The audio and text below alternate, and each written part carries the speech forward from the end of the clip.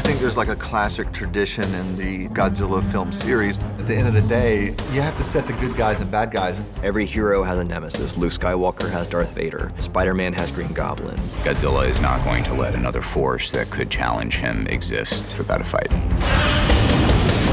When you look into the history of Godzilla, you see a giant monster, which the Japanese call kaiju, is the enemy. Bad guys are always fun, and there are so many different kaiju. It's a veritable cacophony of monsters. There are Mutos, which stands for a massive unidentified terrestrial organism, much like the UFOs of monsters. King Ghidorah is an ancient creature. He's a walking extinction event. Rodan's destruction is vast and very quick, unlike Godzilla. Mechagodzilla, he's built to take on Godzilla. As a kid, I always thought he was the coolest thing I'd ever seen. Those are sort of the all-stars, the ones that are my favorite. Outside of that, though, there are definitely some runner-ups.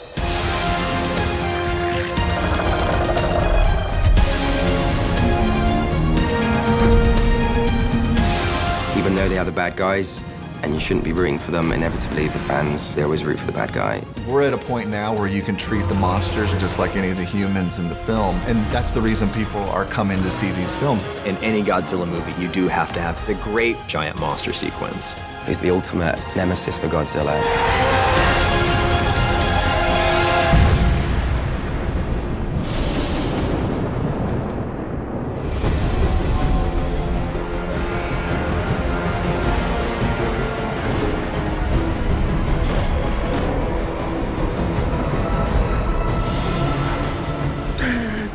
That's Robo-Godzilla.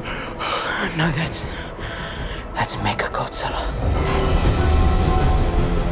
The idea of being able to do a new version of Mechagodzilla was just super, super exciting. I knew about Mechagodzilla, and I'm like, there's a giant robot in this movie? It's crazy to think that there's a duplicate of Godzilla, one of the biggest titans in the Monsterverse. Yeah, things go haywire when Mechagodzilla enters the scene. The mechanics of Mechagodzilla fighting was challenging.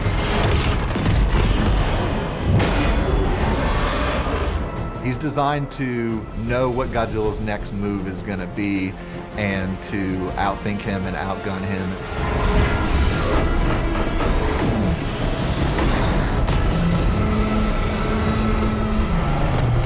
You know, we were constantly trying to think of different attacks he can do and what different compartments he have that would open up and shoot things out. And we wanted it to still feel familiar, but something totally new.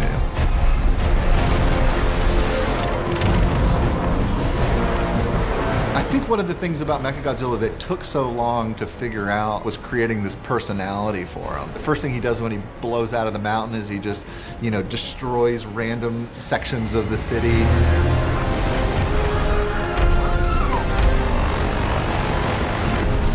It was really important that even though he's a mechanical thing, that he has just as much of a personality as the other characters. I have faith in our creation. My humanity will once again be the apex species. In the same way that as humans we develop things to destroy humans perfectly, we've developed this monster to take on monsters in a perfect way, and you know, obviously that's not going to have good results.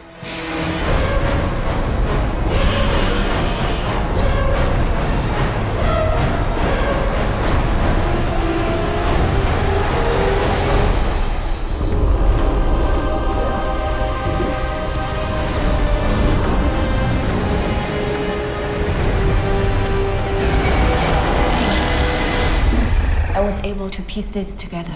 It tells of a great dragon who fell from the stars. A hydra whose storm swallowed both men and gods alike. Well, you mean an alien? Yes, he's not part of our natural order. These legends, what did they call him?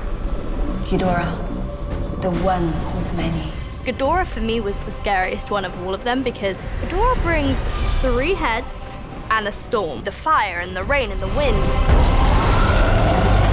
Ghidorah's literally a massive hurricane.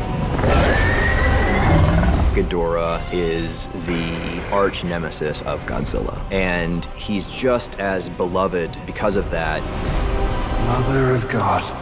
She had nothing to do with this. Monster Zero. You know, he's a little bit more out there because he's essentially a golden three-headed dragon.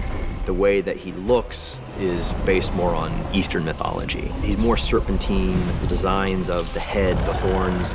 I've been scouring through thousands of years of myths and legends, but it's almost as if people were scared to even write about it. As if it was meant to be forgotten. In the previous film, Godzilla dealt with the Mutos, which were very formidable opponents. But with Ghidorah, wanted to make sure we felt like here's something really intelligent, but also very vindictive. When he first rises up out of the ice, he spots human soldiers firing guns at him. Instead of just creating a moment where he just steps on them or blasts them, wanted to just have the briefest moment where he sort of bends down out of curiosity and sort of just sniffs them out before ultimately he just completely fries them.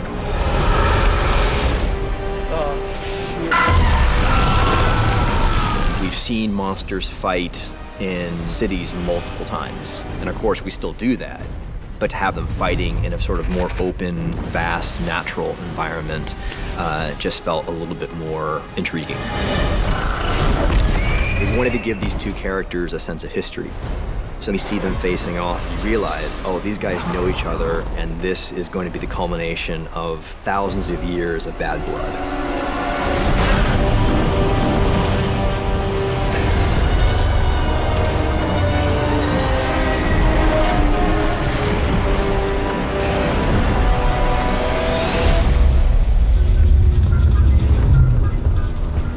See, there it is again. That is not a transformer malfunction. That is an electromagnetic pulse. It affects everything electrical for miles and miles, and it is happening again. This is what caused everything in the first place. Don't you see that? And it is gonna send us back to the Stone Age. Mutos are incredibly strong. There's a female and a male, and they hate Godzilla. What we've done with the Mutos, we kind of looked at all the monsters that had ever been designed in the other Godzilla movies and tried to make a serious, realistic version, take all the elements that we liked and try and combine them in one thing. This is our needle in a haystack, people. Muto, massive, unidentified terrestrial organism. It is, however, no longer terrestrial, it is airborne. We go into this big, massive cavern, and it's where they discover that there was these ancient creatures, some of which might have survived the extinction event that wiped out the dinosaurs. And we inadvertently awoke these spores or eggs.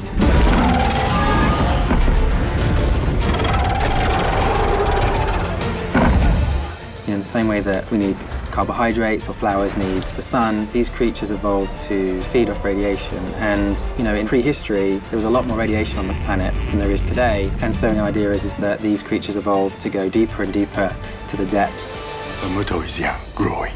It will be looking for food. Sources of radiation. If we don't find it soon. Then what? Nature has an order. A power to restore balance. I believe he is that power.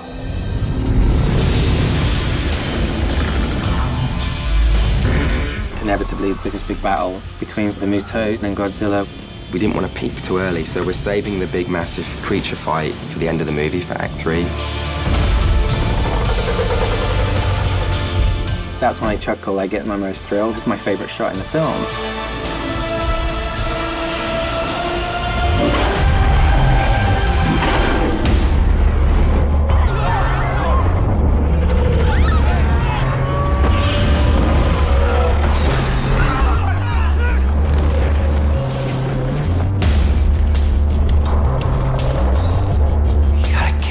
For this one? Local legends call it Rodan, the fire demon. Well, that's comforting. Rodan's a very strong, hellish type of force. Anywhere he is, we're probably going through some type of hell.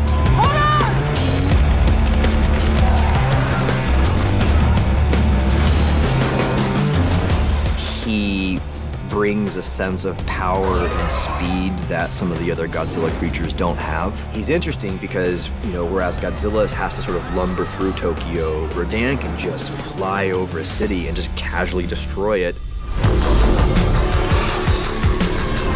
He can swoop over a city and level it within seconds. A combination of sonic booms and torrential winds. He can take on, an entire fleet of fighter jets without breaking a sweat. Rodan's just got so many interesting twists and turns because when he first emerges from the volcano, his first opponents are us because we're peppering him with missiles and bombs, but that's all a ruse to lure him into a battle with King Ghidorah. It doesn't go too well for him. He realizes he's outmatched. And so you see one kaiju sort of bend the knee to another kaiju. And Rodan is the first creature to sort of declare himself loyal to King Ghidorah. Long live the king. Rodan's a tricky monster because he's always been a bit of an underdog. Godzilla fans know him and love him well. I've always had a soft spot for Rodan.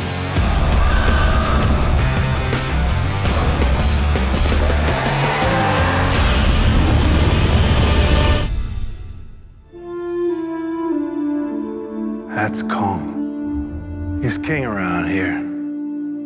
I think there's something really beautiful about the fact that Kong is king. He doesn't choose to use that power in a way that's harmful. He defends when he needs to, but for the most part, he's actually a peaceful character. So I think there's something quite lovable and redeeming about that fact. Kong is a complex kind of being. He's not a gorilla, he's not a beast, he's a being. And it's just something that we don't understand yet. And I think that's the great part about the mythology of King Kong, and that's why people love King Kong. Kong resonates with audiences for a lot of reasons. Kong as a character had a bit of empathy and a bit of pathos, and you saw a childlike quality in him. I think audiences like King Kong because he's like a pet, he's cute, he's scary, he's furry. There's an innocence to Kong that I think is really important to his character. You feel bad for him when he's taken out of his element, and that's generally what happens in King Kong movies. They use a light touch on the sedatives. He's our escort. What if Kong doesn't go willingly? What do you do then? When you're doing these big monsters fighting, you're constantly asking yourself, what specifically about this monster makes him unique? And what are his tactics when fighting? And with Kong, he has the ability to use technology and use his surroundings in a way that Godzilla and a lot of the other Titans can't.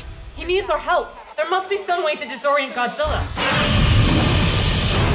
The reason King Kong and Godzilla go after each other, it's not because they hate each other, it's because they're both apex predators and there can only be one alpha. Let's look at these two monsters objectively with all the skills that they have individually and what actually happens when you put them together and they fight. What does that actually look like? And who would actually win?